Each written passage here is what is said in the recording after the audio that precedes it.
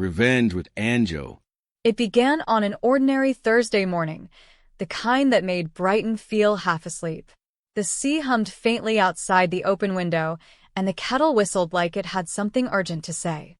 Evelyn Clarke sat at her kitchen table, glasses perched on her nose, circling clues in her crossword. Her daughter, Hazel, entered quietly, holding 2 mugs of hot chocolate. "You're up early," Evelyn said, smiling. Hazel smiled back, polite, careful. "Couldn't sleep. Thought I'd make you something sweet." Her voice was soft, but her eyes didn't match. They were too calm, too steady. Evelyn reached for the cup, feeling the warmth seep into her fingers. A faint scent drifted upward. Bitter, sharp, wrong. Her mind flickered to old memories she rarely touched anymore, her years as a chemist, the smell of certain compounds she prayed never to encounter again. "Smells strong," she said lightly. "Did you use that new cocoa powder?" Hazel nodded. "Just a pinch more than usual. You always say you like it rich." Evelyn forced a chuckle. "I do." But her pulse had already started to quicken.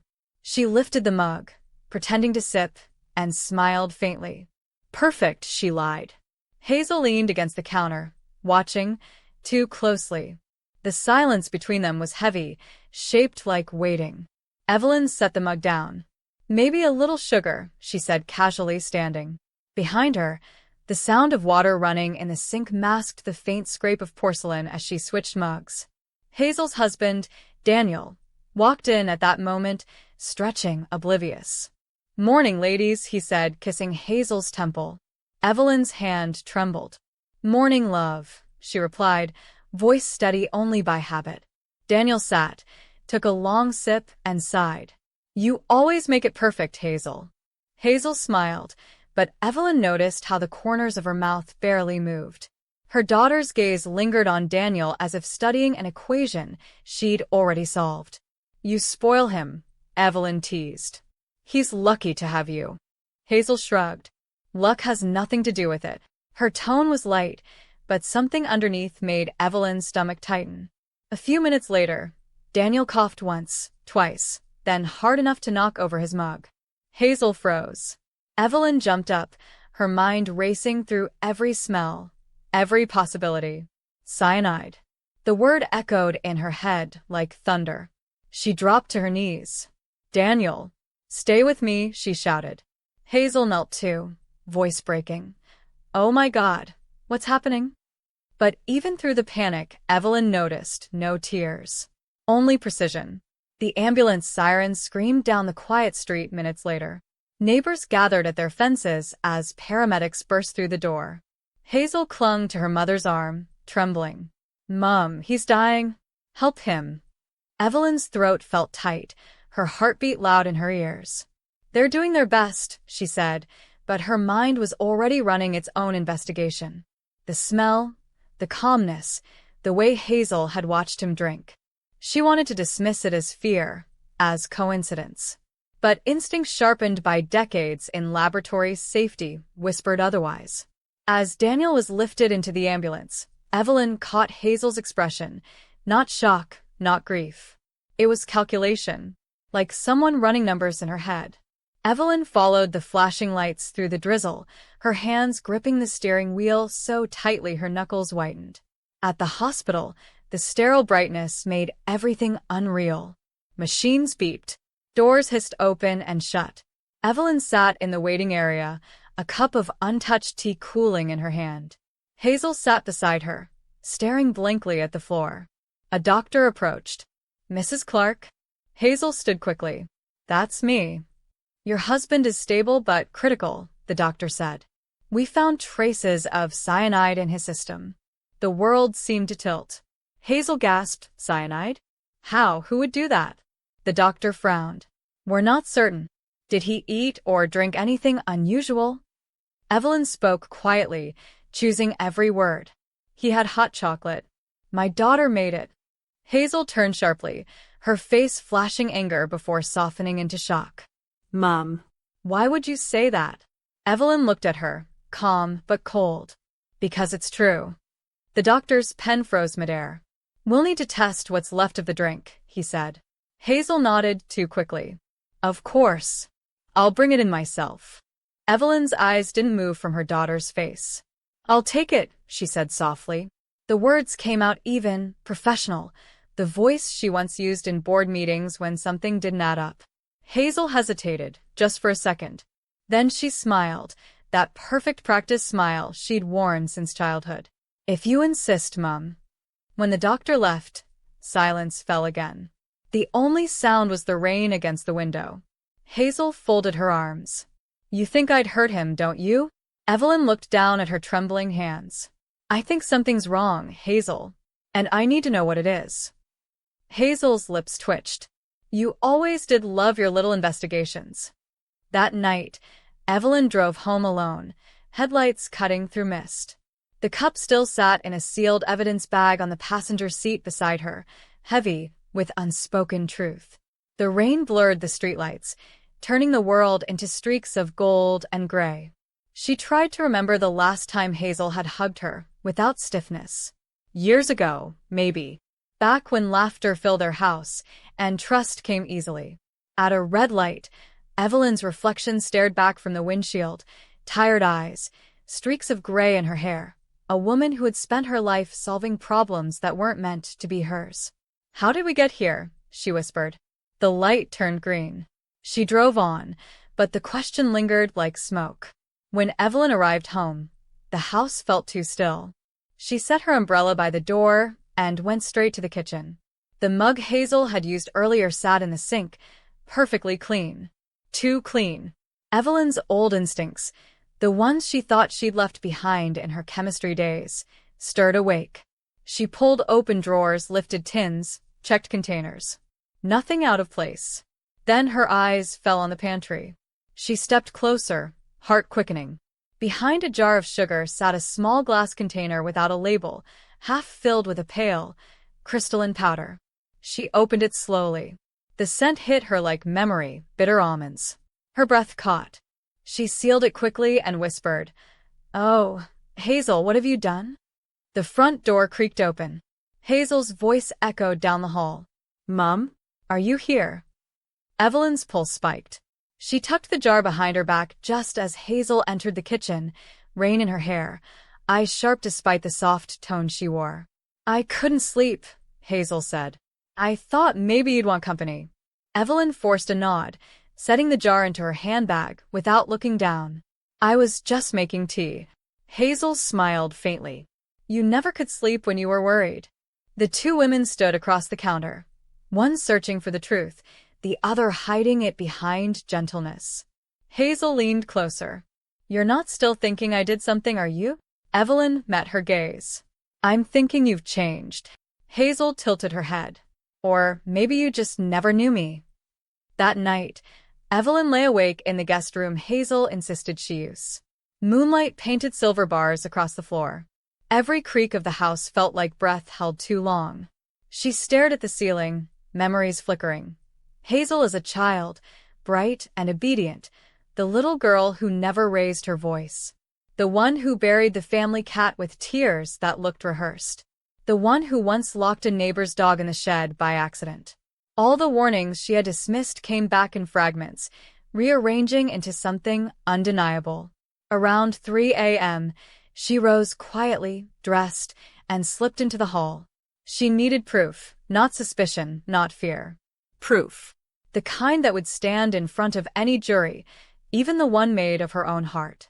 The kitchen was immaculate, as though scrubbed for inspection. Evelyn opened the pantry again, every movement deliberate. Behind tins and cereal boxes, she found a notebook, leather-bound, initials HC embossed in gold. Her hands shook as she flipped through. Lists. Names. Dates. Next to Daniel's name, final dosage. Confirm on Thursday. Evelyn's stomach twisted. There were other names too, men she didn't know, each ending with a small checkmark. Her breathing grew shallow. In the margin, one line chilled her completely. EC. Observation phase complete. Replace guardian soon. She snapped the book shut. The floorboard creaked behind her. Hazel stood in the doorway, her expression unreadable. Couldn't sleep? She asked softly. Evelyn forced a smile. Just needed some water. Hazel walked closer, eyes drifting to the counter where the notebook had been seconds before. You always said curiosity keeps you young, she murmured. Evelyn stepped sideways, blocking her view. Go back to bed, Hazel. Hazel smiled, thin and quiet. Funny, that's exactly what Dad used to say before he crashed that car. Evelyn froze. Hazel's tone was flat, neither grief nor accusation, just fact. He adored you, Evelyn whispered. Hazel shrugged. He was weak. You called it love. I called it noise. For a long moment, their eyes met, mother and daughter, love and fear balancing on a knife's edge. Then Hazel turned away, her silhouette melting into the shadows of the hallway. Good night, Mum, she said. Sleep while you still can. By dawn, Evelyn was packed. She tucked the jar and notebook into her handbag, locked her car quietly, and drove to the nearest police station. Inspector Naomi Trent, a tall woman with calm eyes, listened without interruption. When Evelyn placed the jar on the table, Naomi leaned forward. You're sure this came from your daughter's home? Positive. And this notebook? Her handwriting. I'd know it anywhere. Naomi nodded slowly. We'll handle this carefully. For now, go home, act normal. We'll need a warrant before we move. Evelyn wanted to protest, to demand immediate action, but logic, that old discipline, held her back. All right, she said. But please, don't underestimate her. Naomi's gaze was steady. We won't. Back home, Evelyn tried to appear calm. Hazel greeted her with tea and a soft smile. You look tired, she said. Rough night. Evelyn nodded. Couldn't sleep. You should rest. I'll make lunch. As Hazel moved through the kitchen, humming faintly, Evelyn studied her. The precision in each gesture, the composure that never cracked. Hazel turned suddenly. You're watching me, she said lightly. Old habits, Evelyn replied. You used to do the same when you were little, stare until you figured people out. Hazel's smile didn't reach her eyes. I still do. Then the doorbell rang, sharp and unexpected. Hazel frowned. Who's that? Evelyn's heart raced. Probably the post. But when she opened the door, Inspector Trent stood there with two officers. Mrs. Clarke? Naomi said politely. We'd like to ask your daughter a few questions. Hazel appeared behind her mother, expression perfectly puzzled. Me? What's this about? Just a routine inquiry, Naomi replied. The officers entered, their presence quiet but firm. Hazel stepped back, eyes narrowing just slightly. Evelyn felt the tension coil in the air like static. You're making a mistake, Hazel said softly. Mom, tell them I'd never hurt anyone. Evelyn looked at her daughter, at the woman she'd raised, the child she once believed she'd saved. Hazel, she said gently, please don't make this harder. Hazel blinked. For a second, her composure cracked. Then she whispered, You shouldn't have looked. The handcuffs clicked. Hazel didn't resist. At the station, Hazel sat behind glass, her orange jumper stark against the gray walls. Evelyn watched from the observation room as Inspector Trent asked questions. Hazel's answers were smooth, almost rehearsed. She denied everything with calm logic, even managed to look wounded when the evidence was shown. When the session ended, Naomi joined Evelyn. She's clever, Naomi said. But the notebook, the jar, it's airtight. We'll have a confession soon enough. Evelyn nodded, though her throat felt dry. She'll never confess, she murmured. Hazel doesn't believe she's wrong. Naomi studied her. What does she believe? That she's right. Always. Days passed in a blur of interviews and paperwork. Daniel survived, but suffered partial memory loss from the poison shock. When Evelyn visited him in the hospital, he looked fragile, his voice hoarse. She told me it was vitamins, he whispered. Said you were getting paranoid. Evelyn took his hand gently. You're safe now, Daniel. Tears filled his eyes. I thought she loved me. Evelyn hesitated, then said softly, She loved control more. They sat in silence, machines humming around them. Outside, rain tapped softly against the window, Brighton's quiet applause for the truth finally spoken aloud. A week later, Evelyn received a call. "She wants to see you," Inspector Trent said. "Why?" "She says she has something to explain." Against every instinct, Evelyn agreed.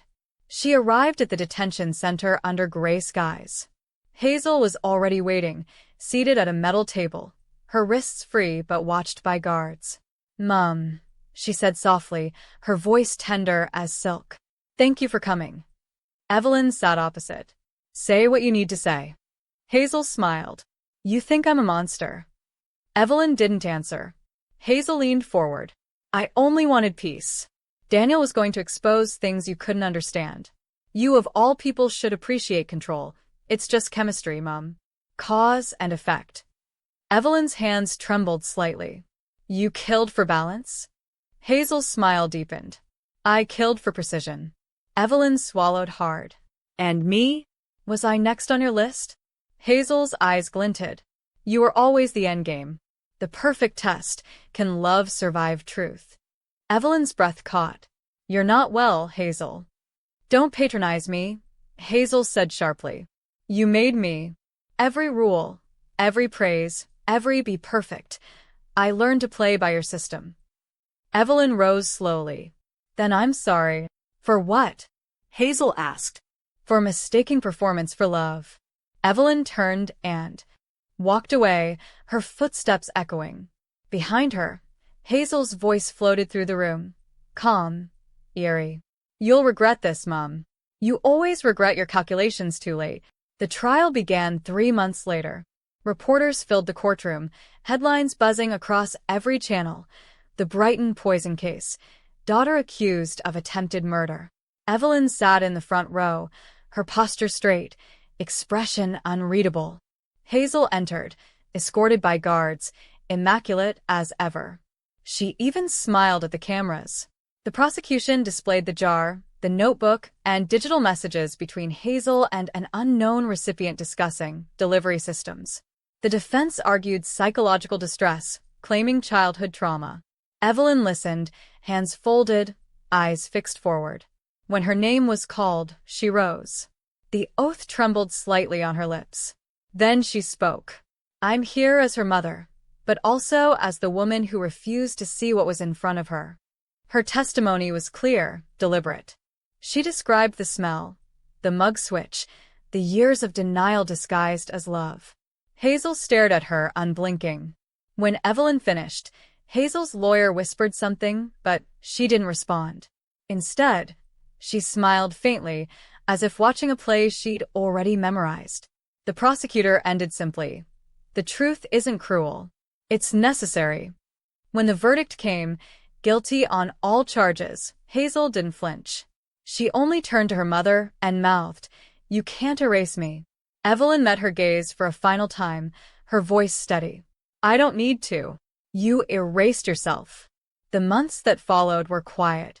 Reporters stopped calling. The public found new scandals to dissect. Evelyn moved to the coast, a small stone cottage near Lyme Regis, where seagulls screamed louder than memory. Every morning she walked along the cliffs, the wind tangling her hair, the salt air rinsing the past. Daniel recovered slowly and moved nearby, remarried 2 years later. Sometimes he visited with his twin daughters, both giggling and shy, carrying seashells as gifts for Grandma Eve. The first time they called her that, she nearly cried. "You're safe now," Daniel told her one evening. "She can't reach us anymore." Evelyn nodded, though a part of her knew that ghosts don't need bars. They live quietly inside the things we can't forget. Letters began arriving every few months.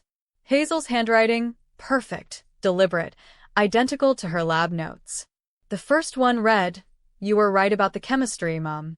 I mixed the wrong ratios. But you taught me better. Control the formula, and you control the outcome." Evelyn burned it unread halfway through. More followed, some apologetic, others taunting. She stopped opening them.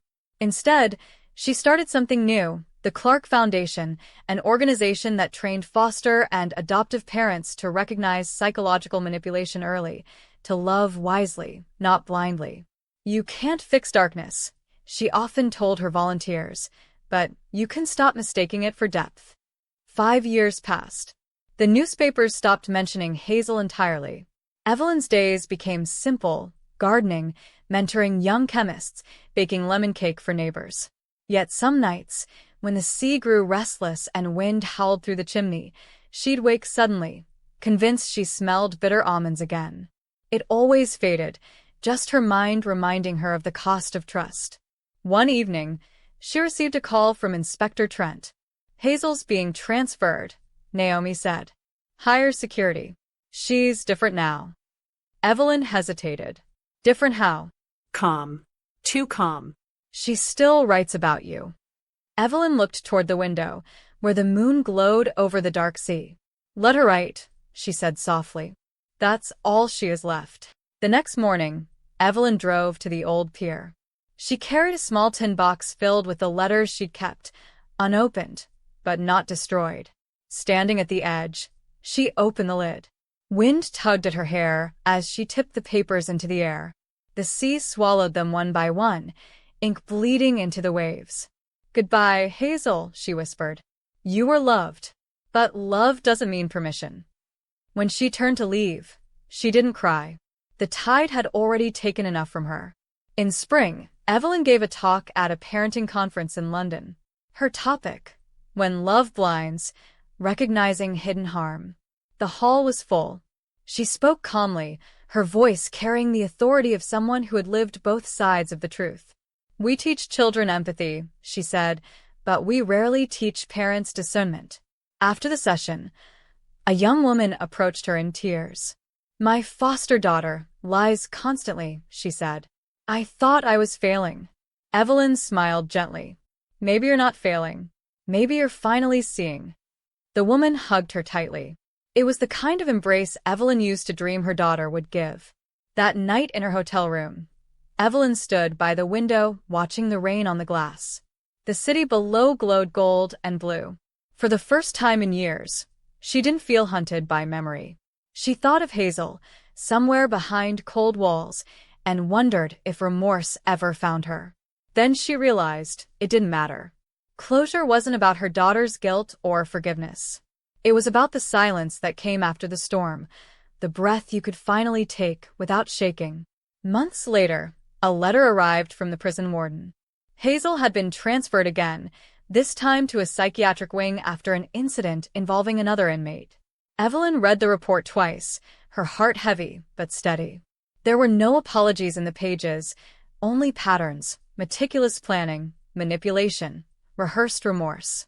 She never stopped being the scientist, Naomi later told her over coffee. She just changed laboratories. Evelyn smiled faintly. Then maybe this time, the experiment ends with containment. Years rolled quietly forward. Evelyn's hair turned silver, her pace slower, but her mind remained sharp. Daniel's twins grew into teenagers who adored her seaside stories. Every Sunday, they visited with homemade bread and noisy laughter. Sometimes they asked about their Aunt Hazel. Evelyn never lied. She was brilliant, she would say. But brilliance, without compassion, burns everything it touches. They would nod, half understanding, before running outside to chase seagulls. Watching them, Evelyn often thought, this is what rebuilding looks like. Ordinary joy, carefully kept. On her 70th birthday, Daniel hosted a small party at the Coastal Cafe. The twins brought a cake shaped like a molecule, a nod to her chemistry days. "You're a legend, Gran," they teased. Evelyn laughed, the sound unforced. She caught her reflection in the window. Wrinkles, gray hair, peace. "A legend who once almost missed the truth," she murmured. Daniel squeezed her hand, and still faced it anyway. For the first time in decades, Evelyn allowed herself to believe she had done enough. Late that night, she walked home along the shore. The sea glittered under a thin crescent moon. She stopped at the water's edge and whispered, "You can rest now." She didn't know if she was speaking to Hazel, to herself, or to all the mothers who had ever mistaken silence for safety. The tide washed over her shoes, cold and forgiving. She closed her eyes and let the sound carry her somewhere lighter. When she returned home, a small envelope waited on her doorstep. No stamp, no name, just her address written in that familiar, precise handwriting. Her breath caught. She brought it inside, sat at the table, and stared at it for a long time. Finally, she slid it open. Inside was a single sheet of paper. 5 words only, "You taught me too well." No signature. No date. Evelyn folded it once, placed it in the drawer beside her bed, and whispered, "Then I taught you everything, including consequence." From that night on, Evelyn kept her curtains open. The sea became her constant companion, unpredictable but honest. She wrote her memoirs slowly, calling them formulas for forgiveness. Each chapter began with a chemistry principle and ended with a truth about love.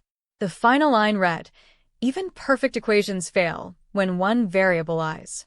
The book quietly found readers across the country, helping others name what they couldn't before, the unseen cruelty wrapped in charm. By the time Evelyn turned 75, she had become a quiet symbol of resilience. Schools invited her to speak, foundations cited her work, and yet she lived simply, a woman with a garden, a view of the sea, and a past that no longer owned her. Sometimes, she still dreamed of Hazel as a little girl, running through the kitchen, laughter pure and untouched. She always woke with tears, but they no longer hurt. They were gratitude for surviving, for seeing, for learning that love without wisdom can become poison. On her final morning, years later, the neighbor found her asleep in her chair by the window, a smile faint on her lips. The curtains billowed gently in the sea breeze. On the table beside her rested her last journal entry, written in steady handwriting. "Peace isn't the absence of pain. It's knowing you did not let it define you." Outside, the waves kept moving, endless, forgiving, alive. And somewhere, in the rhythm of that tide, the world finally felt balanced again.